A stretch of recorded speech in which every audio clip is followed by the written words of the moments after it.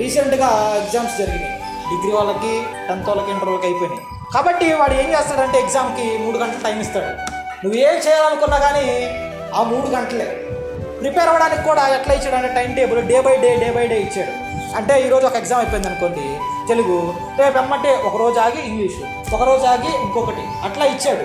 Telugu exam రాయాలంటే దాని ముందు రోజు తెలుగు చదువుతావు, లేకపోతే ఇంకా ముందు నుంచే ప్రిపేర్ అవుతూ ఉంటావు. అంతేగాని తెలుగు ఎగ్జామ్ అయిపోయిన తర్వాత కూర్చొని నీ తెలుగు చదువుతా అంటే కుదిరే పని కాదు. నువ్వు చదివిన ఉపయోగం లేదు.